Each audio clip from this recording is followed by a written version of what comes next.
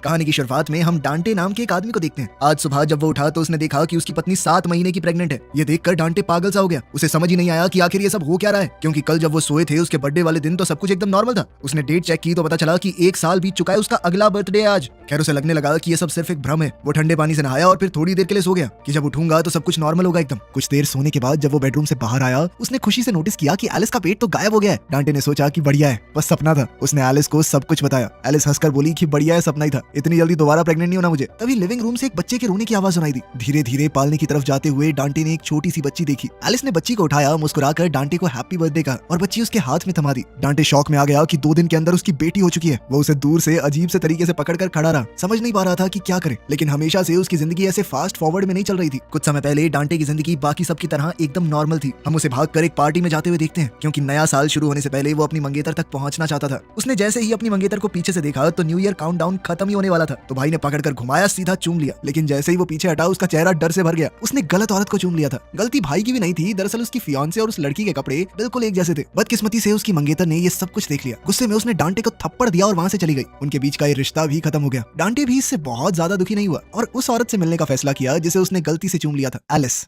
समय गुजरता गया, अब डांटे और एलिस साथ रहने लगे। फिर अक्टूबर 26, 2010 आया। आज डांटे का जन्मदिन है। एलिस ने एक सुंदर सा गाउन पहनकर उसे गाने और डांस के साथ जगाया। फिर उसके लिए बर्थडे पैनकेक्स बनाए। लेकिन डांटे खुश नहीं हुआ। उसे अब टेंशन हो रही थी, क्योंकि एलिस ने उसका अलार्म बंद कर दिया था और अब वो काम के लिए बहुत ज्यादा लेट हो गया है। डांटे ने जल्दी जल्दी कुछ खाया और भाग कर घर से निकल गया। कंपनी में पहुंचकर उसे याद आया कि भाई आज तो एक बहुत जरूरी मीटिंग है, मैं तो पूरी तरह भूल गया। उस समय एलिस घर पर आराम से पेंटिंग बना रही थी। दोपहर के बाद उसने कपड़े बदले, एक खूबसूरत सी ड्रेस पहनी और दोस्तों के साथ मिलकर बर्थडे पार्टी की तैयारी शुरू कर दी। पूरे घर को सजाने लगी। तभी डांटे का फोन आया। उसने बताया कि काम के बाद मुझे एक बार पापा के पास जाना पड़ेगा। लंच के टाइम पे मीटिंग थी तो जा नहीं पाया। दरअसल डांटे ने वादा किया था कि वो जल्दी घर आ जाएगा। अपने पापा के घर पर डांटे ने एक डब्बा दिया जो उन्होंने मंगवाया था। बैठकर उनकी लंबी कहानियां सुनने का मन नहीं था तो वो जल्दी से गुड बाय बोलकर निकल गया। वो घर वापस जाने ही वाला था कि तभी कारपेंटर का कॉल आया। बाथरूम का नया दरवाजा रेडी हो गया है, लेकिन अगर वो उसे आज नहीं ले गया तो फिर कई महीने रुकना पड़ेगा। अपनी छोटी गाड़ी में दरवाजे को फंसाना बहुत मुश्किल था, पर फिर भी वो जैसे तैसे दरवाजा लेकर घर की तरफ निकल पड़ा। लेकिन किस्मत आज उसके साथ नहीं थी। रास्ते में बहुत ज्यादा ट्रैफिक मिला। जब तक डांटे घर पहुंचा पूरी तरह रात हो गई। दरवाजा खोलकर देखा तो उसके दोस्तों ने सरप्राइज बर्थडे पार्टी रखी थी। सब उसका इंतजार कर रहे थे। सबसे थोड़ी थोड़ी बातचीत करके डांटे थोड़ी देर के लिए निकल गया ताकि वो बाथरूम का नया दरवाजा लगा दे। दरवाजा लगाते वक्त उसका दोस्त आया और उसे एक खास गिफ्ट दिया, रोलर कोस्टर पार्क के टिकट्स, उसके 40वें बर्थडे के लिए। बचपन में उन दोनों की फटती थी उस पर बैठने से, लेकिन मन भी करता था तो अब वो अपने बचपन की इच्छा को पूरा करेंगे। लेकिन डांटे ने मना कर दिया। उसने कहा कि मेरे पास इन कामों के लिए वक्त नहीं है, अब शायद 10 साल बाद जब वो बहुत मेहनत कर लेगा तो थोड़ा फ्री टाइम मिल जाएगा, अभी तो नहीं है। पार्टी में वापस आकर डांटे ने सबके तोहफे लिए, थोड़ा बहुत समय बिताया उनके साथ। फिर एलिस ने अपना गिफ्ट दिया, एक पेंटिंग जो उसने डांटे के बर्थडे के लिए खास बनाई थी। केक आया, कैंडल्स जली, सब मुस्कुरा रहे थे। डांटे ने अपनी इच्छा मांगी कि काश ये सब जल्दी से खत्म हो और कैंडल्स बुझा दी। उस रात एलिस डांटे की पसंदीदा मूवी का एक किरदार बनकर सामने आई। डांटे उसे देखकर बहुत खुश हुआ और उसने एलिस को अपनी बाहों में ले लिया और बत्ती बुझा दी।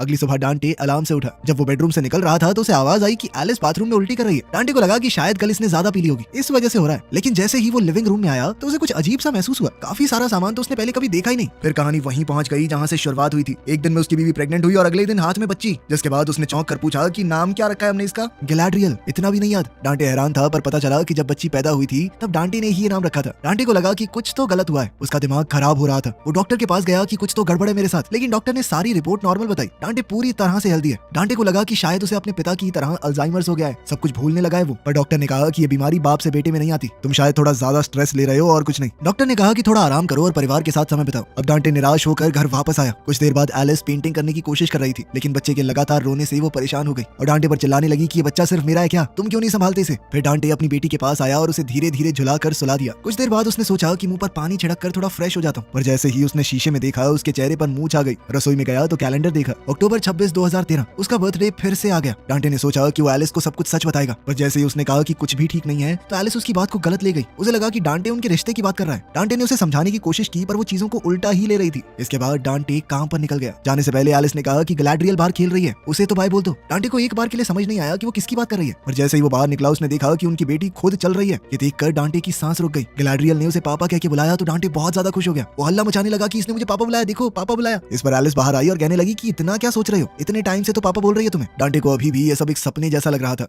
इस सब के बाद वो पार्क में गया और अपने बचपन के दोस्त वलेरियो को सब कुछ बता दिया। 3 साल उसने 3 दिन में जी लिए हैं। डॉक्टर के पास भी गया पर कुछ गलत नहीं मिला। वलेरियो ने सुना पर उसे भी यकीन नहीं हुआ। उसने कहा कि डांटे को शांत होकर एलिस के साथ बात करनी चाहिए। सुना है तुम लोग एक थेरेपिस्ट से मिलने वाले हो। ये सुनकर डांटे हिल गया। ये सब सुनने के बाद उसने फैसला किया कि वो नौकरी छोड़ रहा है। शायद इस तरह वो अपने परिवार को ठीक कर पाए। ऑफिस पहुंचकर वो सीधा डायरेक्टर के कैबिन में गया अपना रेजिग्नेशन देने के लिए। जब वो दरवाजा खटखटाकर अंदर गया तो कुर्सी बिल्कुल खाली थी। बॉस वहाँ था ही नहीं। इस कंफ्यूजन के साथ वो बाहर आया और लोगों से पूछा कि डायरेक्टर कहाँ है। ये सुनकर सब लोग हंस पड़े। उसने वापस मुड़कर देखा कि दरवाजे पर तो उसका ही नाम लिखा हुआ है। डांटे खुद डायरेक्टर बन गया था। चौंक कर उसने फ्रेंचेस्का को बुलाया। उसकी सेक्रेटरी ने बताया कि 8 महीने पहले तुम्हें प्रमोशन मिला था जब पिछला डायरेक्टर रिटायर हुआ था, याद नहीं है? आखिर कंपनी के लिए तुमने इतना काम किया है। खैर डांटे को कुछ और तो याद था नहीं। तो फिर वो फ्रेंचेस्का से कहने लगा कि मैं रिजाइन करने वाला हूँ। पर फिर फ्रेंचेस्का ने उसे बताया कि इस पोस्ट के कई फायदे हैं। इतनी अच्छी फैमिली इंश्योरेंस, इतनी ज्यादा तनख्वाह तुम्हें कहीं नहीं मिलने वाली। तब डांटे को समझ आया कि मैं अपने परिवार के लिए ही नौकरी पर रुका हुआ हूँ। उसने ये भी सुना कि फ्रेंचेस्का ने ऑफिस के एक आदमी से शादी कर ली है और डांटे ने ही उसकी हनीमून की छुट्टियों पर साइन किए थे। ये सब सुनकर वो पूरी तरह हैरान रह गया। थोड़ी देर बाद सब लोग उसके लिए एक बड़ा सा केक लेकर आए। ऑफिस से निकलते ही डांटे ने देखा कि अब वो अपनी सस्ती गाड़ी नहीं बल्कि महंगी लेक्सस चलाता है। तभी अचानक एलिस का फोन आया कि मैं थेरेपिस्ट के पास तुम्हारा इंतजार कर रही हूँ। डांटे ने कहा कि मुझे सब कुछ याद है, मैं बस वो थोड़ा एड्रेस भूल गया था। एड्रेस कहाँ पे बताना, मैं आसपास ही हूँ। थेरेपिस्ट के कमरे में डांटे कहने लगा कि कुछ दिक्कत नहीं है। अब दिक्कत हो भी कैसे, उसके लिए तो 3 दिन ही बीते हैं, लेकिन एलिस के लिए 3 साल हो चुके थे। खैर एलिस कहने लगी कि डांटे अपने परिवार को बिल्कुल वक्त नहीं देता, बस ऑफिस के काम में बिजी रहता है, कभी कभी तो ऑफिस में ही सो जाता है। ये सारी बातें डांटे को थोड़ी चुभ गई। वापस जाते हुए उसने कहा कि मैं ऑफिस में खुद को थकाता हूँ तुम्हारे लिए, ताकि तुम घर पे बैठ के अपनी वो आराम से पेंटिंग बना सको। ये बात एलिस को बहुत बुरी लगी। वो चुप रही पर उसकी आंखों में दर्द साफ दिख रहा था।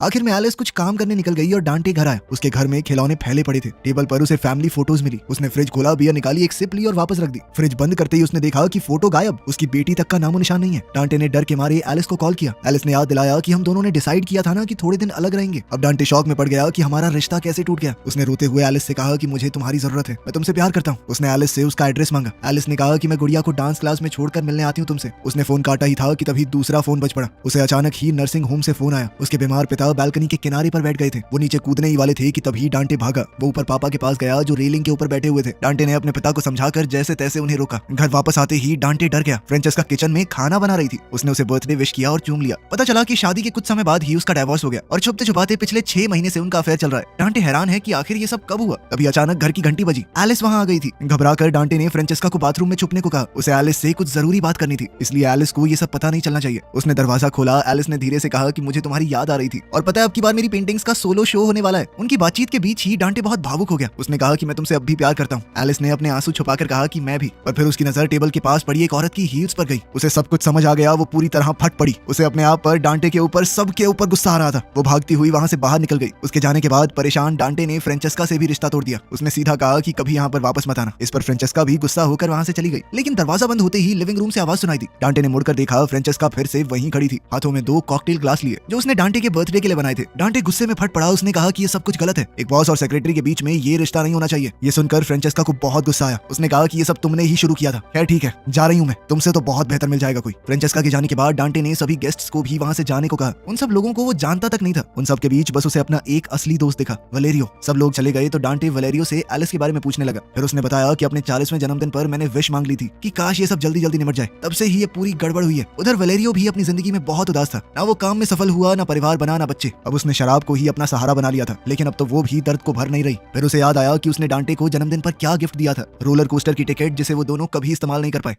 अब डांटे जल्दी से एलिस से मिलने गया और उसे वापस आने को कहा, पर एलिस ने मना कर दिया। उसने कहा कि हर साल अपने बर्थडे पर तुम यही बात करते हो, लेकिन फिर पूरा साल कुछ नहीं बदलता। मैं थक चुकी हूँ, अब हमें अलग जिंदगियां जीनी चाहिए। सालों तक मैं सोचती रही कि तुम्हारे बिना कुछ नहीं हूँ, लेकिन अब चीजें बदल गई हैं। अब वो कमजोर नहीं रही, खुद के भरोसे जीना सीख लिया है उसने। हैप्पी बर्थडे कहकर एलिस ने दरवाजा बंद कर दिया। डांटे टूट गया। उसके दरवाजे पर जोर जोर से हाथ मारते हुए चिल्लाकर कहने लगा कि मैं तुमसे प्यार करता हूँ, एक मौका और दे दो मुझे। तब एक अनजान आदमी ने दरवाजा खोला। वो एलिस का नया बॉयफ्रेंड ओमार है। वो सोचने लगा कि डांटे शायद मजाक कर रहा है कि उसे नहीं पहचाना, क्योंकि वो पहले कई बार मिल चुके हैं। तभी डांटे की बेटी गैलाड्रियल वहां पर आई। वो उसे देखकर पूरी तरह चौंक गया। अब वो 5 साल की हो चुकी है। पिछले 3 दिनों में वो गैलाड्रियल से मिला ही नहीं और उन 3 दिनों में उसके लिए 3 साल बीत गए थे। पार्क में डांटे ने अपनी बेटी के साथ कुछ समय बिताया। थोड़ा पूछने पर उसकी बेटी ने बताया कि मम्मी और ओमार काफी टाइम से साथ रह रहे हैं। अब डांटे गैलाड्रियल से पूछने लगा कि बेटा तुम्हें क्या पसंद है, क्या नहीं, बताओ मुझे। वो धीरे से बोली कि मुझे बस इतना चाहिए कि पापा मेरे साथ ज्यादा टाइम बिताएं, फोन कंप्यूटर अपने काम में ना खोए रहें। थोड़ा चलने के बाद डांटे उसे घर छोड़ाया और घर पर फिर से ओमार मिला। तभी वो पपी डांटे के पास एक बॉल लेकर आया। डांटे ने बॉल थोड़ी दूर फेंक दी और पपी दौड़ कर उसे लेने गया, पर जैसे ही वो वापस आया वो पपी बड़ा हो चुका था। डांटे समझ गया कि फिर से 1 साल बीत चुका है। उसका फोन बजा और वलेरियो कहने लगा कि मैं पार्क में आधे घंटे से तेरा वेट कर रहा हूँ, कब आएगा भाई। उनकी बातचीत के दौरान वलेरियो ने बताया कि एलिस अभी भी ओमार के साथ ही है, इंस्टा पे कुछ फोटोज भी डाली हैं। बेचारे डांटे को पता ही नहीं था कि इंस्टा होता क्या है। क्या डांटे को अब भी हजम नहीं हो रहा था कि एलिस ओमार के साथ है। ये सुनकर वलेरियो हैरान हो गया। अबे नशे वशे करता है क्या तू? कल ही तो बोल रहा था कि यार ओमार बढ़िया बंदा है, ठीक है एलिस उसके साथ है। फिर वलेरियो ने उसे एलिस की आर्ट एग्जीबिशन के बारे में बताया। बहुत पसंद किया लोगों ने उसकी पेंटिंग को। डांटे ने कहा कि मुझे अभी एग्जीबिशन देखनी है। ये सुनकर वलेरियो और कंफ्यूज हो गया, क्योंकि वो दोनों कुछ दिन पहले ही वहां गए थे। वो सोचने लगा कि कहीं ये सुबह सुबह उठ के दारू तो नहीं पीने लग गया। लेकिन तभी डांटे ने नोटिस किया कि वलेरियो जूस पी रहा है। डांटे खुश हो गया और कहने लगा कि भाई तूने कब छोड़ दी? तब वलेरियो हंसकर कहने लगा कि जब से कैंसर का पता चला साले तब से। उसने बताया कि अभी 5 सेशन और बाकी हैं, उसके बाद डॉक्टर्स बताएंगे कि बचने के चांस हैं या नहीं। पार्क में टहलते हुए डांटे को रोलर कोस्टर की वो टिकट्स याद आ गई। सालों तक उसे टाइम ही नहीं मिला, लेकिन अब लग रहा है कि यही सही समय है। लेकिन इस बार वलेरियो ने मना कर दिया। अभी तो भाई ये सब करने की हालत बिल्कुल नहीं है। जाते वक्त डांटे ने उसे गले लगाया और वादा किया कि कल मिलेंगे।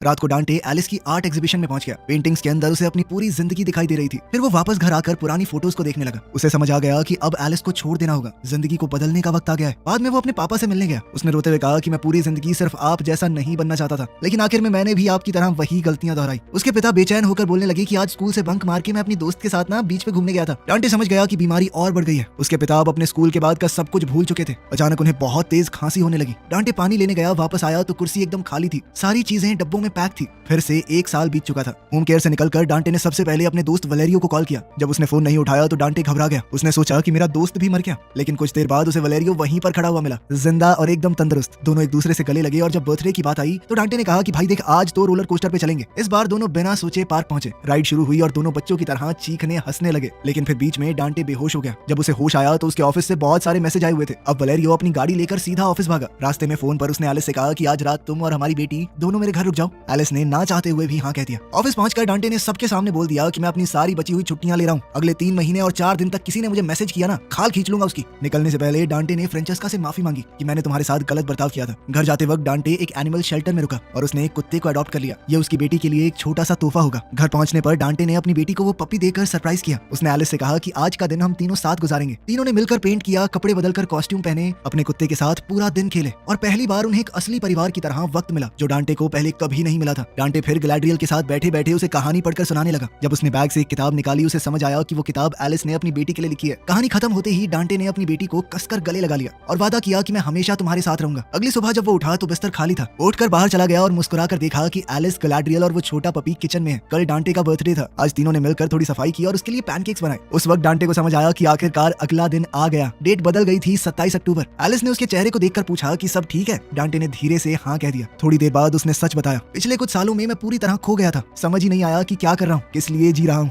वो वक्त तो वापस नहीं मिलेगा, पर अब मुझे समझ आ गया कि आगे क्या करना चाहिए। इस पर एलिस ने कहा कि सिर्फ एक दिन में कुछ नहीं बदलता। जिस पर डांटे ने जवाब दिया कि लोग बदलते हैं। मैंने पूरे 3 महीने और 4 दिन की छुट्टियां ले ली सिर्फ तुम लोगों के लिए। इस बार चीजें अलग होंगी, मेरा भरोसा करो। वीडियो पसंद आई तो लाइक कर देना, चैनल को सब्सक्राइब कर लेना। मिलते हैं अगली वीडियो में। कहानी शुरू होती है कनाडा एयरपोर्ट से। वहाँ एक पिता एलियट अपनी बेटी रिडली के साथ सफर पर होता है। वो दोनों दूसरी सिटी जा रहे होते हैं क्योंकि एलियट को वहाँ एक बिजनेस डील पूरी करनी होती है। रिडली एक अकेली लड़की थी, उसके ज्यादा दोस्त नहीं थे। उसके चेहरे पर कुछ पिंपल्स थे जिनसे वो हमेशा परेशान रहती थी। थोड़ी देर बाद फ्लाइट उस सिटी में पहुंचती है जहाँ उन्हें जाना था। वहाँ पहुंचकर एलियट और रिडली कार में बैठकर निकल जाते हैं क्योंकि एलियट अपनी मीटिंग के लिए ऑलरेडी लेट था। रास्ते में एलियट अपनी बेटी का शुक्रिया अदा करता है कि वो उसके साथ आई और उसे समझाता है कि उसे अपने चेहरे के पिंपल्स से ज्यादा परेशान नहीं होना चाहिए और बार बार उन्हें छूना बंद कर देना चाहिए। आगे की कहानी यहीं से शुरू होती है। एलियट उसे समझाता है कि ये पिंपल्स बिल्कुल नॉर्मल है, हर टीनेजर के चेहरे पर आते हैं। ये सुनकर रिडली थोड़ी शांत हो जाती है। फिर हमें पता चलता है कि उसकी माँ की मौत कुछ समय पहले हो चुकी है और क्योंकि रिडली को अकेले रहना पसंद नहीं था, वो अक्सर अपने पापा के साथ काम पर जाती थी ताकि उसे कंपनी मिले। उसी दौरान जिस आदमी से एलियट की डील होनी थी उसका फोन आता है। वो गुस्से में एलियट पर चिल्लाने लगता है क्योंकि वो मीटिंग के लिए लेट हो गया था। एलियट माफी मांगते हुए कई बहाने बनाने लगता है, लेकिन किस्मत से फोन नेटवर्क खराब हो जाता है और कॉल कट जाती है। एलियट राहत की सांस लेता है और स्पीड बढ़ा देता है ताकि जल्दी उस आदमी के मैंशन तक पहुंच जाए। लेकिन तभी अचानक रोड पर एक जानवर आ जाता है और एलियट की कार उससे टकरा जाती है। एलियट की कार उस जानवर से टकराती है और झटका लगने के बाद गाड़ी घूमकर सड़क के किनारे रुक जाती है। कुछ देर बाद जब हालात थोड़े शांत होते हैं तो एलियट अपनी बेटी रिडली से पूछता है कि वो ठीक है या नहीं। सब कुछ ठीक देखकर दोनों कार से बाहर निकलते हैं ताकि उस जानवर को देख सकें जिससे टक्कर हुई थी। वहां जाकर रिडली देखती है कि वो कोई आम जानवर नहीं बल्कि एक अजीब सा घोड़ा है जिसके सिर पर एक सींग हॉर्न लगा है। और सबसे चौंकाने वाली बात ये थी कि उस जानवर के घाव से नीला खून निकल रहा था। एलियट बहुत गुस्से में था क्योंकि अब वो मीटिंग के लिए और देर हो चुका था। लेकिन रिडली उस रहस्यमय घोड़े को देखकर हैरान रह जाती है क्योंकि उसने ऐसा प्राणी पहले कभी नहीं देखा था। उसी पल उस घोड़े का सींग हल्के नीले रंग में चमकने लगता है और बिना सोचे समझे रिडली आगे बढ़कर उस सींग को छू लेती है। जैसे ही रिडली ने उस घोड़े का सींग छुआ, उसे अचानक अजीब अजीब चीजें दिखने लगती हैं, कुछ ऐसे नजारे जिन्हें वो समझ नहीं पाती। उसकी आंखों के सामने सामने सब धुंधला सा हो जाता है। लेकिन तभी वो एलियट की आवाज सुनकर होश में आती है। वो देखती है कि उसका पापा उस घोड़े को मार रहा होता है। रिडली चिल्लाकर उसे रोकने की कोशिश करती है, लेकिन एलियट उसकी बात नहीं सुनता और तब तक रुकता नहीं जब तक वो घोड़ा पूरी तरह मर नहीं जाता। थोड़ी देर बाद दोनों मिस्टर ओडेल के मैंशन पहुंचते हैं, जहां एलियट को अपनी डील फाइनलाइज करनी होती है। लेकिन सबसे अजीब बात यह थी कि एलियट उस घोड़े की लाश को कार की ट्रंक में रख लाया था। मकान के बाहर गाड़ी रोककर एलियट नीचे उतरता है और मैंशन के अंदर जाता है। वहां उसकी मुलाकात ओडेल के बेटे शेपर्ड से होती है, जिससे वो हाथ मिलाता है और फिर ओडेल की पत्नी से भी मिलकर अभिवादन करता है। आखिरकार एलियट ओडेल के कमरे में आता है और उससे देर होने के लिए माफी मांगता है। तभी पता चलता है कि ओडेल को एक गंभीर बीमारी है और अब उसके आखिरी दिन चल रहे हैं। एलियट बहाने बना रहा होता है ताकि ओडेल उसे माफ कर दे। तभी रिडली को आज घोड़े के साथ हुई सारी बातें याद आने लगती हैं। ओडेल ये नोटिस करता है और रिडली से पूछता है कि क्या वो ठीक है। रिडली झूठ बोलती है और कहती है कि वो बिल्कुल ठीक है। उसी वक्त शेपर्ड भी वहां आता है और रिडली से उसके चेहरे पर पड़े दानों के बारे में पूछता है। एलियट बीच में बोल पड़ता है और रिडली से कहता है कि वो बाथरूम में जाकर मुंह धो ले ताकि थोड़ा ठीक महसूस करे। असल में एलियट ऐसा सिर्फ उसे वहां से भेजने के लिए कह रहा था। एलियट नहीं चाहता था कि रिडली उसकी डील खराब करे या आज जो हुआ वो किसी को बता दे। जब रिडली बाहर निकली तो वो बार-बार कार की तरफ देख रही थी और काफी घबराई हुई लग रही थी। उसी वक्त महल की एक गार्ड रिडली को देख रही होती है और उसे कुछ अजीब महसूस होता है। जब वो गार्ड कार के पास जाकर देखती है तो उसे यकीन हो जाता है कि कुछ गड़बड़ है या शायद कार के अंदर कुछ छिपा हुआ है। इसी दौरान रिडली बाथरूम में जाती है और चेहरा धोती है, लेकिन जब वो शीशे में देखती है तो उसे पता चलता है कि उसके चेहरे के सारे दाने गायब हो गए हैं। जब वो तौलिए पर नजर डालती है तो उस पर नीले रंग का खून लगा होता है, जो यूनिकॉर्न का खून होता है। उसी वक्त ओडेल एलियट के साथ बैठा होता है और उसे बताता है कि उसने हर तरह का इलाज आजमाया, लेकिन कोई फायदा नहीं हुआ। अब उसने हार मान ली है और मौत का इंतजार कर रहा है। ओडेल ये भी बताता है कि वो ये डील इसलिए कर रहा है ताकि मरने से पहले अपनी कंपनी और अपने परिवार की सुरक्षा पक्की कर सके। वो एलियट को अपने बेटे शेपर्ड की जिम्मेदारी भी सौंप देता है। दूसरी तरफ रिडली अब भी हैरान थी, क्योंकि उसके चेहरे के सारे दाने लगभग गायब हो चुके थे, वो भी उस घोड़े के नीले खून की वजह से। थोड़ी देर सोचने के बाद उसे एहसास होता है कि उस घोड़े का खून जादुई है और इंसान के शरीर की हर बीमारी को ठीक कर सकता है। उसी वक्त एलियट की कार में रखा हुआ घोड़े का सींग हल्का हल्का चमकने लगता है। रिडली जब अपने पिता एलियट के पास लौटती है तो वो उससे कहता है कि उसे ओडेल के परिवार से मिलना चाहिए। रिडली मना कर देती है, लेकिन एलियट उस पर जोर डालता है और बताता है कि ये डील उसकी जिंदगी की सबसे बड़ी डील होगी। रिडली उससे घोड़े के बारे में पूछती है तो एलियट कहता है कि अगर वो उसकी बात माने और ओडेल के परिवार से मिले तो वो उसकी हर इच्छा पूरी करेगा, यहाँ तक कि उसके साथ जाकर घोड़े को दफनाने तक के लिए तैयार है। लेकिन उनकी बात पूरी होने से पहले ही कार में अजीब हरकतें शुरू हो जाती हैं, क्योंकि अंदर रखा घोड़ा हिलने लगता है। ये देखकर एलियट तुरंत ओडेल के पास जाता है, माफी मांगता है और बताता है कि उसे अब तुरंत निकलना होगा। एलियट अब रिडली को घर ले जाना चाहता है क्योंकि वो थकी और बीमार लग रही होती है, लेकिन ओडेल गुस्सा हो जाता है और कहता है कि एलियट हमेशा अपने वादों का समय नहीं निभाता। वो उसे समझाता है कि अगर अभी चला गया तो ये उसके लिए बहुत बड़ी बेइज्जती होगी। उसी वक्त एक गार्ड रिडली के पास आता है और पूछता है कि वो इतनी घबराई हुई क्यों लग रही है। रिडली जवाब देने ही वाली होती है कि तभी एलियट की कार से जोरदार आवाज आती है। सब लोग जल्दी से बाहर भागते हैं ये देखने के लिए कि क्या हुआ। अचानक घोड़ा फिर से जिंदा हो जाता है और कार को तोड़ने लगता है ताकि बाहर निकल सके। ये देखकर वहां मौजूद सब लोग डर और हैरानी से जम जाते हैं, क्योंकि उस घोड़े का रूप बहुत अजीब और डरावना था। लेकिन उसी पल गार्ड तुरंत घोड़े पर गोली चलाती है और उसे वहीं मार देती है। उस वक्त एलियट बिल्कुल घबरा जाता है और समझ नहीं पाता कि क्या करे। फिर वो ओडेल और उसके परिवार को सब कुछ बता देता है, रास्ते में उनके साथ क्या क्या हुआ और वो घोड़ा वहां कैसे पहुंचा। सब एलियट की बात सुनकर हैरान रह जाते हैं। कोई समझ नहीं पा रहा था कि वो जीव असल में घोड़ा था या यूनिकॉर्न। तभी रिडली भी सच बताने का फैसला करती है। वो ओडेल से कहती है कि उसी यूनिकॉर्न के नीले खून ने उसके चेहरे के दाने पूरी तरह ठीक कर दिए। ये सुनकर ओडेल हैरान रह जाता है और रिडली से पूछता है कि क्या उसे अपने शरीर में कुछ अजीब महसूस हो रहा है। रिडली कहती है कि नहीं, सब कुछ बिल्कुल ठीक है। रिडली कहती है कि उन्हें एनिमल ऑर्गेनाइजेशन से संपर्क करना चाहिए ताकि वो आकर उस घोड़े को ले जाए, लेकिन ओडेल मना कर देता है और कहता है कि अगर ऐसा हुआ तो सरकार उस जीव का गलत इस्तेमाल करेगी, इसलिए उसे ही इस हालात को संभालना होगा। रात होने पर एलियट अपनी बेटी के कमरे में जाता है ताकि उसका हाल जान सके। जैसे ही वो रिडली को देखता है पूछता है कि वो इतनी उदास क्यों है। रिडली बताती है कि जब उसने आज उस घोड़े के सींग को छुआ था तो उसे कुछ अजीब चीजें दिखाई दी। एलियट उसकी बात पर यकीन नहीं करता और कहता है कि शायद उसे भ्रम हुआ होगा। वो रिडली को समझाता है कि अब उसे इन बातों के बारे में नहीं सोचना चाहिए, क्योंकि सबसे जरूरी बात यह है कि वो लोग अपनी डील पूरी करें। लेकिन रिडली अंदर से बहुत परेशान थी। रिडली कुछ ही समय में उस जादुई घोड़े के बारे में थोड़ी बहुत जानकारी इकट्ठा कर पाई। उसे पता चला कि ये घोड़ा एक पुरानी दंतकथा का हिस्सा था। एक राज परिवार ने इसे पाल रखा था, लेकिन बाद में जब उन्हें इसकी जादुई ताकत का पता चला तो उन्होंने उसकी शक्ति हासिल करने के लिए उसे मारने का फैसला किया। कुछ समय बाद घोड़ा फिर से जिंदा हुआ और उसने उस परिवार के सभी लोगों से बदला ले लिया। ये कहानी पढ़कर रिडली और ज्यादा डर गई। जब वो सोने गई तो उसे डरावने सपने आने लगे। रिडली को बहुत अजीब सपना आता है। वो खुद को जंगल में भागते हुए देखती है, लेकिन जब नीचे देखती है तो पाती है कि वो खुद उस घोड़े के शरीर के अंदर है। ये देखकर रिडली डर के मारे जाग जाती है, समझ नहीं पाती कि ये सब क्या हो रहा है। जैसे ही वो आंखें खोलती है सामने कुछ अजीब दिखने वाले लोग खड़े होते हैं, जो उसे और उसके पिता एलियट को बांध लेते हैं। पता चलता है कि वो लोग वैज्ञानिक हैं, जिन्हें ओडेल ने बुलाया है ताकि वो रिडली और एलियट का परीक्षण कर सकें और ये जान सकें कि उस नीले खून का उन पर क्या असर हुआ है। जांच खत्म होने के बाद रिडली अपने पिता से बात करने जाती है और उसे पिछली रात का सब कुछ बताती है। एलियट रिडली से कहता है कि वो सब कुछ भूल जाए और इन बातों पर अब ध्यान न दे। उधर जब डॉक्टर घोड़े के खून की जांच पूरी करते हैं तो उन्हें पता चलता है कि वो खून बहुत अजीब है, वो किसी भी इंसान की बीमारी को ठीक कर सकता है। वैज्ञानिक ये बात ओडेल को बताते हैं और सुझाव देते हैं कि इसकी पुष्टि के लिए इंसान पर सीधा प्रयोग करना होगा। ओडेल ये सुनकर बेहद उत्साहित हो जाता है और तय करता है कि ये प्रयोग उसी पर किया जाए।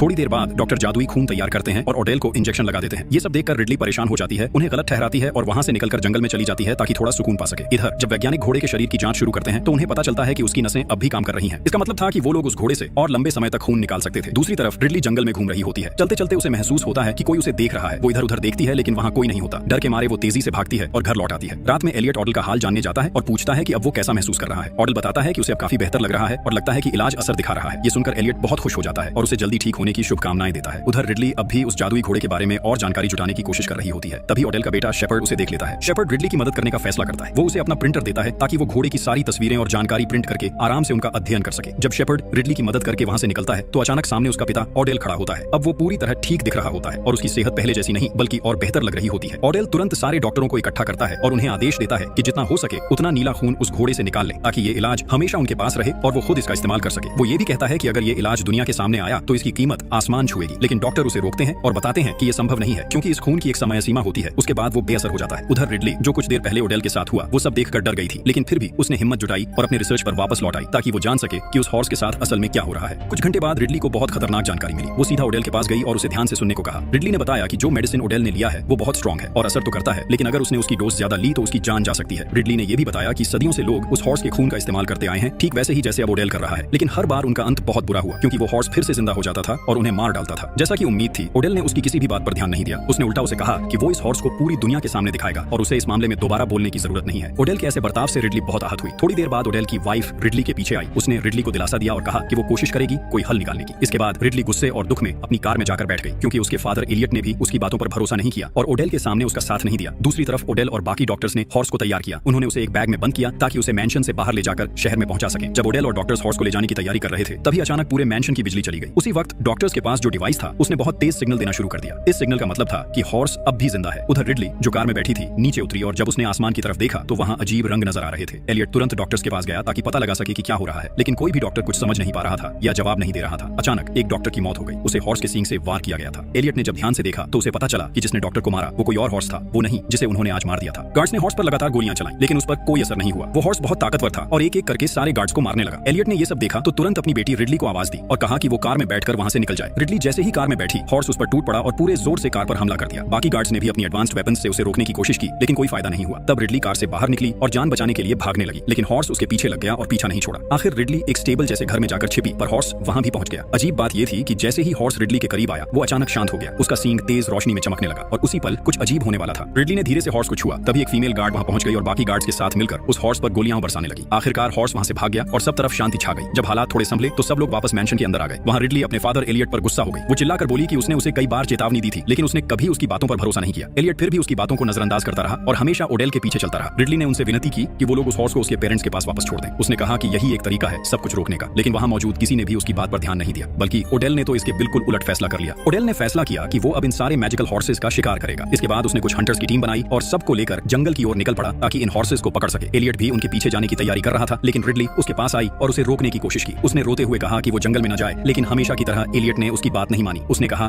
कि वो ओडेल को अकेला नहीं छोड़ सकता। इसी बीच शेपर्ड डॉक्टर के पास गया और उससे हॉर्स के खून का सैंपल ले लिया। वो सोच रहा था कि अगर वो इस खून का इस्तेमाल करेगा तो उसे बहुत ताकत मिल जाएगी और वो किसी भी खतरे का सामना कर पाएगा। शेपर्ड ने उस खून से एक खास लिक्विड बनाया और उसे खुद पर इस्तेमाल करना शुरू कर दिया, लेकिन ऐसा करते ही उसके साथ अजीब चीजें होने लगी। उसका शरीर बदलने लगा और वो खुद नहीं समझ पा रहा था कि उसके साथ क्या हो रहा है। उसी समय रिडली भी कुछ भयानक महसूस करने लगी। रिडली कार में बैठी और वहां से भागने का सोच रही थी, लेकिन आखिरी पल में उसने अपना फैसला बदल दिया। वो अपने फादर को अकेला छोड़कर नहीं जाना चाहती थी। उसी वक्त रिडली ने आसमान में एक अजीब सा चमकदार लाइट देखा। वो तुरंत कार से उतरी और दौड़कर मैंशन के अंदर गई ताकि अपने रिसर्च पेपर्स देखकर समझ सके कि ये लाइट क्या है। कुछ देर खोजने के बाद रिडली को सच्चाई पता चली। वो घबरा गई और तुरंत अपने फादर एलियट को कॉल किया। उसने कहा कि वो लोग तुरंत मैंशन वापस लौट आए क्योंकि हॉर्स ने जंगल में उनके लिए एक जाल बिछाया है। अगर वो उस जगह तक पहुंचे तो उनमें से कोई भी जिंदा नहीं बचेगा, लेकिन एलियट ने उसकी कॉल नहीं उठाई। तब रिडली भागकर मैंशन के गार्ड के पास पहुंची और उसे हालात की गंभीरता समझाई। उसने कहा कि उन्हें अभी के अभी कुछ करना होगा, नहीं तो सब कुछ खत्म हो जाएगा। रिडली ने गार्ड से कहा कि वो तुरंत जंगल में मौजूद सब लोगों से कांटेक्ट करे क्योंकि वो इस वक्त बहुत बड़े खतरे में है। उधर डॉक्टर हॉर्स के सींग को काटने की कोशिश कर रही थी, लेकिन अजीब बात यह थी कि वो सींग लगातार चमक रहा था जैसे उसमें कोई एनर्जी भरी हो। दूसरी तरफ एलियट को आखिर रिडली के मैसेजेस मिल गए, लेकिन अब बहुत देर हो चुकी थी। तभी वो हॉर्स उनके सामने आ गया और उसने सारे हंटर्स पर हमला कर दिया। वो एक एक करके सबको मारने लगा। एलियट ने खुद को बचाने के लिए नाइट विजन गॉगल्स का इस्तेमाल किया, जिससे उसे हॉर्स की एग्जैक्ट जगह दिख गई। उसने ओडेल को पकड़ा और दोनों किसी तरह भागने में कामयाब हो गए। वो जंगल से निकलकर मैंशन तक पहुंच गए, लेकिन खतरा अभी खत्म नहीं हुआ था। वो हॉर्स उनका पीछा करते हुए मैंशन तक पहुंच गया और अंदर घुस आया। एलियट और ओडेल जैसे ही मैंशन से भागने की कोशिश कर रहे थे, तभी उनके सामने एक और हॉर्स आ गया। अब दो हॉर्सेस ने मिलकर ओडेल को चारों तरफ से घेर लिया। ओडेल ने अपनी चालाकी दिखाई और उन हॉर्सेस से शांत आवाज में बातें करने लगा। वो उनसे अच्छे शब्दों में बात करता रहा, जिससे एक हॉर्स थोड़ा शांत हो गया। लेकिन जैसे ही ओडेल ने अपना हाथ उसके सींग पर रखने की कोशिश की, पीछे से दूसरा हॉर्स आया और उस पर हमला कर दिया। ओडेल की वही मौत हो गई। उसी वक्त रिडली छोटे हॉर्स को लेकर आई। उसका इरादा था कि वो उसे उसकी माँ और पिता के पास लौटा दे ताकि वो दोनों शांत हो जाए और इंसानों पर हमला करना बंद कर दे। लेकिन एलियट अब भी इस बात से सहमत नहीं था। इतना सब देखने के बाद भी उसने रिडली की बात नहीं मानी। उसने कहा कि वो पुलिस को बुलाएगा और वही लोग इस समस्या को सुलझाएंगे। लेकिन जैसे ही उसने फोन निकाला, नेटवर्क पूरी तरह से गायब हो गया। सब लोग अब डरने लगे थे और ओडेल की वाइफ ने भी एलियट से कहा कि उन्हें रिडली की बात माननी चाहिए। उसने कहा कि सबसे सही यही होगा कि वो लोग उस छोटे हॉर्स को उसके माता पिता को वापस लौटा दें। एलियट के हिचकिचाने के बावजूद ओडेल की वाइफ ने फैसला लिया। उसने गार्ड और डॉक्टर को आदेश दिया कि वो छोटे हॉर्स को लेकर बाहर जाए और उसे उन दोनों हॉर्सेस के हवाले कर दें जो बाहर इंतजार कर रहे हैं। लेकिन असली गलती डॉक्टर ने कर दी थी। बाहर जाने से पहले उसने उस छोटे हॉर्स का सींग काट दिया था। उसे लगा कि ये कोई बड़ी बात नहीं है और बाकी हॉर्सेस को इसका पता नहीं चलेगा। थोड़ी देर बाद गार्ड और डॉक्टर उस छोटे हॉर्स को लेकर बाहर पहुंचे और उसे उसके माता पिता के सामने रख दिया। लेकिन जैसे ही उन दोनों बड़े हॉर्सेस ने अपने बच्चे को देखा और समझा कि उसका सींग काटा गया है, वो बेकाबू हो गए। हॉर्स ने सबसे पहले डॉक्टर पर हमला किया और उसे मार डाला। गार्ड ने ये सब अपनी आंखों से देखा और किसी तरह आखिरी पल में वहां से भागने में कामयाब हुआ। जब बाकी लोगों को इस घटना के बारे में पता चला तो शेपर्ड ने कहा कि अब रिडली ही उन हॉर्सेस को संभाल सकती है जब तक बाकी लोग वहां से भागने की कोशिश करें। एलियट को यह सुनकर हैरानी हुई और उसने पूछा कि सिर्फ रिडली ही क्यों? तब शेपर्ड ने बताया कि हॉर्स कभी रिडली को नुकसान नहीं पहुंचाएगा क्योंकि वो ही एकमात्र इंसान है जिसने उसकी मैजिक पावर का लालच नहीं किया। बाकी सबने उस शक्ति को पाने की कोशिश की थी, लेकिन रिडली ने हमेशा उसे समझने की कोशिश की। हालात और भी डरावने होते जा रहे थे। एलियट डर गया और ओडेल की वाइफ के पास जाकर कहा कि वो अब इस सब में शामिल नहीं रहना चाहता। उसने कहा कि ये उनकी गलती थी और अब उन्हें ही इसे ठीक करना होगा। उसी समय शेपर्ड के शरीर में अजीब बदलाव शुरू हो गए। उसकी आंखों से तेज रोशनी निकलने लगी और वो किसी अनजानी ताकत के असर में आने लगा। रिडली और एलियट जैसे ही भागने की कोशिश करते हैं, शेपर्ड उनके सामने पहुंच जाता है। शेपर्ड ने रिडली को पकड़ लिया, लेकिन जैसे ही वो उसे नुकसान पहुंचाने वाला था, अचानक सामने से दोनों हॉर्सेस आ गए। वो शेपर्ड से बदला लेने आए थे। एलियट और रिडली ने मौका देखकर एक रास्ते से भाग लिया, जबकि शेपर्ड और उसकी मां दूसरे रास्ते से निकल गए। उनके पास छोटे हॉर्स का सींग था। रास्ते में शेपर्ड की मां ने उससे पूछा कि अब उसका क्या प्लान है। शेपर्ड ने ठंडे लहजे में कहा कि वो भागने नहीं वाला। उसने बताया कि उसका इरादा है उन दोनों हॉर्सेस को पकड़ने का और फिर उनकी संतान से नई मैजिकल पावर पैदा करने का, ताकि वो खुद सबसे ताकतवर बन सके। लेकिन तभी शेपर्ड ने अपने डिवाइस को देखा और हैरान रह गया। उसमें हॉर्स का सींग गायब था। तभी सच्चाई सामने आई कि एलियट ने ही वो सींग चुरा लिया था। एलियट अब रिडली के साथ बैठा था। वो बहुत पछता रहा था और अपनी बेटी से माफी मांग रहा था। एलियट ने आंसू भरी आंखों से रिडली से कहा कि उसने हमेशा काम को ज्यादा अहमियत दी और उसकी बातों को कभी नहीं सुना। वो बार बार उससे माफी मांगने लगा और बोला कि उसे अब एहसास हो गया है कि वो हर वक्त गलत था। उसकी बातों ने रिडली को गहराई से छू लिया। वो रोते हुए अपने पिता के गले लग गई। उसी समय शेपर्ड और उसकी मां हॉल में पहुंचे ताकि एलियट और रिडली को ढूंढ सकें। थोड़ी देर पीछा करने के बाद उन हॉर्सेस ने शेपर्ड की मां को पकड़ लिया और उसे मार डाला। दूसरी तरफ एलियट ने रिडली को बैल्कनी में बंद कर दिया ताकि हॉर्स उस तक न पहुंच पाए। वो खुद आगे बढ़ा और जानबूझकर उन हॉर्सेस के सामने दौड़ने लगा ताकि उनका ध्यान अपनी तरफ खींच सके और रिडली को भागने का मौका मिल सके। रिडली ने कई कोशिशों के बाद आखिरकार बैल्कनी से बाहर निकलने में कामयाबी पाली। जैसे ही वो बाहर आई, उसने देखा कि हॉर्स उसके पिता एलियट के पीछे दौड़ रहा है ताकि उसे मार सके। रिडली दौड़ने ही वाली थी कि अचानक शेपर्ड सामने आ गया। उसके हाथ में एक तीर धनुष था और उसने रिडली को धमकाया कि वो उसके साथ चले। रिडली मजबूरी में शेपर्ड के साथ कोर्टयार्ड तक चली गई। वहां उनके पास छोटा हॉर्स भी था। उसी वक्त हॉर्स का पिता वहां पहुंच गया। वो बहुत गुस्से में दिख रहा था और बदला लेने के मूड में था, लेकिन जैसे ही उसने रिडली को देखा, उसका गुस्सा धीरे धीरे शांत हो गया। वो उसके पास आया और उसके पैरों के पास झुककर लेट गया, जैसे उसे उस पर भरोसा हो। शेपर्ड ने इस मौके का फायदा उठाया। वो तुरंत आगे बढ़ा और हॉर्स के पैर में रस्सी बांध दी ताकि उसे काबू में कर सके। रिडली ने उसे रोकते हुए कहा कि वो बहुत बड़ी गलती कर रहा है और ये काम उसे नहीं करना चाहिए, लेकिन हमेशा की तरह शेपर्ड ने उसकी बात नहीं सुनी। वो घमंड से बोला कि उसे पता है वो क्या कर रहा है और कोई उसे रोक नहीं सकता। तभी अचानक उन्हें एक और आवाज सुनाई दी। वो हॉर्स की मां थी। सबकी नजरें मुड़ गईं और उन्होंने देखा कि एलियट उसके साथ था। वो छोटे हॉर्स के सींग का इस्तेमाल करके उस पर काबू पा चुका था। लेकिन हैरानी की बात यह थी कि जैसे ही वो हॉर्स रिडली के करीब आई, वो भी शांत हो गई और उसके पैरों के पास लेट गई। रिडली के आसपास आते ही दोनों हॉर्सेस पूरी तरह से शांत हो गए थे। शेपर्ड ने फिर मौका देखकर दौड़ लगाई और मां हॉर्स के पैरों में भी रस्सी बांध दी। ये देखकर एलियट का गुस्सा फट पड़ा। उसने हाथ में पकड़ा सींग शेपर्ड पर जोर से दे मारा, लेकिन शेपर्ड अब इंसान नहीं रहा था। उसके शरीर में हॉर्स का खून था जिसने उसे बहुत ताकतवर बना दिया था। उसने एलियट का वार रोक लिया और उसी के तीर से पलटकर एलियट पर हमला कर दिया। एलियट जमीन पर गिर पड़ा और रिडली घबराकर उसके पास दौड़ी। वो जोर जोर से रो रही थी क्योंकि एलियट बुरी तरह जख्मी था और लगातार खून बह रहा था। लेकिन इससे पहले कि वो कुछ कर पाती, शेपर्ड ने फिर से हमला करने की कोशिश की। उसने हॉर्स का सींग उठाया और एलियट को खत्म करने के लिए आगे बढ़ा। उसी पल हॉर्स का पिता अपनी रस्सियों से आजाद हो गया। वो पूरी ताकत से दौड़ा और अपनी टांगों से शेपर्ड को जोरदार लात मारी। शेपर्ड हवा में उछल गया और जमीन पर गिरते ही वहीं मर गया। एलियट अब अपनी आखिरी सांसें ले रहा था। उसने रिडली का हाथ पकड़ा और धीरे से कहा कि मरने से पहले वो एक बात जानना चाहता है। जब तुमने पहली बार हॉर्स का सींग छुआ था, तुमने क्या देखा था? रिडली ने आंसू पोंछते हुए कहा कि उसने बहुत अजीब चीजें देखी थी। उसे महसूस हुआ था कि हॉर्स उसे कुछ दिखाना चाहता था, अपनी ओरिजिन, अपनी दुनिया और अपने दर्द की कहानी। उसने ये भी बताया कि उन विजन्स में उसने अपनी मां की यादें देखी थी, वो पल जो उसने बहुत पहले खो दिए थे। एलियट ने हल्की मुस्कान दी, अपनी बेटी की आंखों में देखा और कहा, मुझे माफ कर दो रिडली, और कुछ ही सेकंड में उसकी सांसें थम गईं। रिडली अपने पिता को गोद में लेकर लगातार रो रही थी। वो यकीन ही नहीं कर पा रही थी कि अब वो उसे कभी नहीं देख पाएगी। लेकिन तभी एक चमत्कार हुआ। हॉर्स का पिता उसके पास आया और शांत होकर रिडली के सामने खड़ा हो गया। फिर उसने अपनी शक्ति को मां हॉर्स के साथ मिलाया और दोनों ने मिलकर अपनी मैजिकल एनर्जी से एक उजली रोशनी पैदा की। उस रोशनी से छोटे हॉर्स का टूटा हुआ सींग फिर से जुड़ गया और कुछ ही पल बाद एलियट के जख्म भी भरने लगे। धीरे धीरे उसने अपनी आंखें खोली। वो जिंदा था। एलियट अब सब कुछ देख पा रहा था जो रिडली ने पहले देखा था। वो सारी विजन्स, वो पुरानी यादें और उस मैजिक दुनिया की सच्चाई। एलियट ने रिडली को कसकर गले लगाया। दोनों की आंखों में खुशी और सुकून था, जैसे सब कुछ फिर से सही हो गया हो। लेकिन तभी मैंशन के दरवाजे खुले। गार्ड अंदर आया और उसके पीछे पुलिस थी। उन्होंने चारों तरफ देखा, लेकिन वहां अब कोई हॉर्स नहीं था। पुलिस ने एलियट और रिडली को पकड़ लिया और उन पर इल्जाम लगाया कि उन्होंने ही ओडेल के परिवार को मारा है। लेकिन एलियट और रिडली को अब किसी बात का डर नहीं था। वो बस इस बात से खुश थे कि उन्होंने उन मैजिकल हॉर्सेस की मदद की और उनकी दुनिया को बचा लिया। तभी चौंकाने वाली बात हुई। उन हॉर्सेस ने एलियट और रिडली को सजा देने के बजाय उनकी मदद करने का फैसला किया। उन्होंने अपनी ताकत का इस्तेमाल करके पुलिस की नजरों से उन्हें गायब कर दिया और उन्हें सुरक्षित जगह पर पहुंचा दिया। इसी के साथ कहानी खत्म होती है। एलियट और रिडली आजाद हैं और मैजिकल हॉर्सेस फिर से अपने जंगल लौट जाते हैं और यहीं खत्म होती है फिल्म। अगर आपको कहानी पसंद आई हो तो चैनल को जरूर सब्सक्राइब करें और नए वीडियोस के लिए जुड़े रहें।